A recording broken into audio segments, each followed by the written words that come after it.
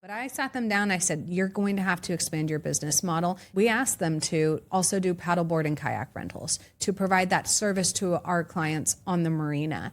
I just visited them last week. They just celebrated their 7th anniversary in business. And in the back is all their paddleboards, kayaks, rentals.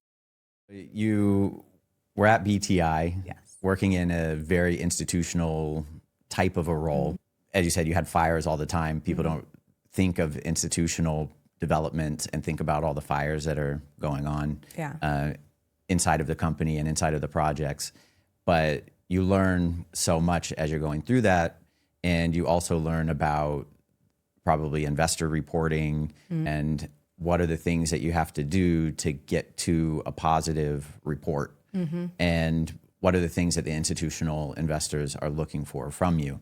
So can you explain a little bit about the institutional mindset and how did that shape kind of your professional profile? Absolutely. Everything is truly looked at from a fine-tooth comb. And obviously, there's a lot of numbers that go with that. A lot of spreadsheets, a lot of metrics, especially when I was building the retail town center at West Shore Marina District. I had to do weekly calls with our investors. I had to do weekly reports, monthly reports, and quarterly reports. I'd never done so many reports in my life. And it truly makes you become a better business person, a better broker, a better developer, because on a day-to-day basis, everything that happens, even when you're putting out fires, you have to keep track of that and remember that and understand what caused us to get to this point. How did we resolve it? And put it in a nice format to where, hey, yes, there were these issues, but we solved them. Here's our solutions going forward. It's never just, oh my God, what do we do now? It's here's the path forward and here's the resolution. And also selling the project to our investors, meaning when I was selecting the tenants for the retail town center, I really had to put on my investor mindset of not just tenants that had good financials, but tenants that were going to serve the community well. Because we're building an 18-story high-rise condo tower. We're selling those condos. We want those condo owners to be happy. We want them to come downstairs, go to the wine bar, go get their nails done, get their hair done, go to the med spa. We wanted a lot of service-based users. And so it was always looking at not just how to make our investors happy, how to make our buyers happy, how to make the community happy so that we're not going to city council meetings and the surrounding residents are mad at us. And luckily none of them were, but that's always the fear. You had to start thinking really outside the box of who is looking at this project and how do we keep them all happy so that this project can also be successful from a financial standpoint. Yeah, I've been thinking about a meme out there that about retail brokers in particular and their LinkedIn profile that says that they like serve the community. Yes. And people say, oh, all you do is Dollar Generals in like tertiary cities. But when you think about working at a mixed use developer in particular, like you said, it really is serving the community. And from a business perspective, it makes more sense to do that because you are not only responsible for putting those things in place, but you're thinking about how do you drive revenue that is optimal for the entire project and for the entire community. If you put the right retail tenants in place, you can get higher rents in your residential component. If you have wealthier residents, you probably have more spending, which means which means our retail tenants can afford the rent. And so it's a great kind of self-fulfilling cycle that you're responsible for putting in place.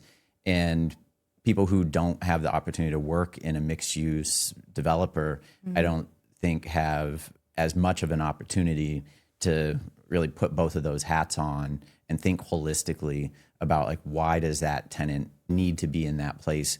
And even if, like you said, they have a little bit worse credit, how does that serve the greater purpose of the development that you're putting there? Absolutely. Most of our tenants there had pretty strong financials. And even though there was only 12 retail spaces, I negotiated, I think we ended up counting over 75 LOIs because one, it was an exciting project that a lot of people wanted to be at, but we also had to make sure we were putting the right tenant mix. And so much so that I found a concept out of California, Drink, Coffee, and Quench juices and tea, but it's a dual concept in one space. To me, I hit two birds, one stone, and was able to add other tenants and provide more services since they were a combo store. Now, because we were putting these national brands, Tampa, I also needed to make the community happy, loved local brands. But as from the developer standpoint, we needed to have those national brands for credit worthiness, keep our investors happy. So I truly had to work hard to create a good tenant mix. And one of my favorite stores in Tampa, Sand Surf Co., was a local surf shop. They sell bathing suits, but we put them in and took them out of a really small retail space in Tampa. I saw their growth potential because their social media was booming and they were outgrowing their space. When they opened their first store, they were only selling 3 different bathing suits.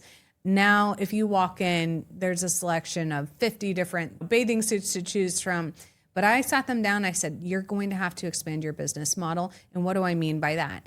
We asked them to also do paddleboard and kayak rentals to provide that service to our clients on the marina. I just visited them last week. They just celebrated their 7th anniversary in business. And in the back is all their paddleboards, kayaks, rentals. So that was a fun story because we took a business that honestly didn't have the strongest financials at the time, but we saw their growth opportunity. Now they're booming. Now their sales are excellent. They're one of the most desirable tenants in the shopping center. And they're providing a service beyond their physical retail space because we were so close to the water. And to me, that was one of my most proud tenants I've ever done because I saw the potential in them and helped them cultivate their business to where it's successful now. And I'm only a small part of it, but I'm proud to have a tiny part of it.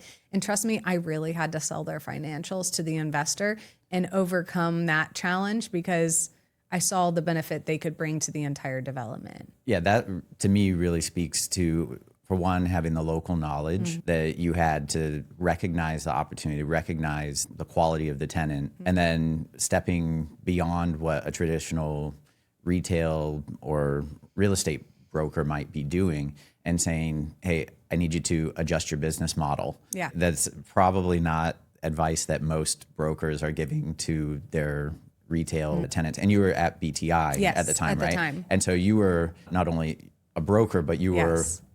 on the ownership side, advising the incoming tenant, hey, I want you here, but you have to do X, Y, and Z for yourself. Yeah, for yourself. And they did. And they're thriving.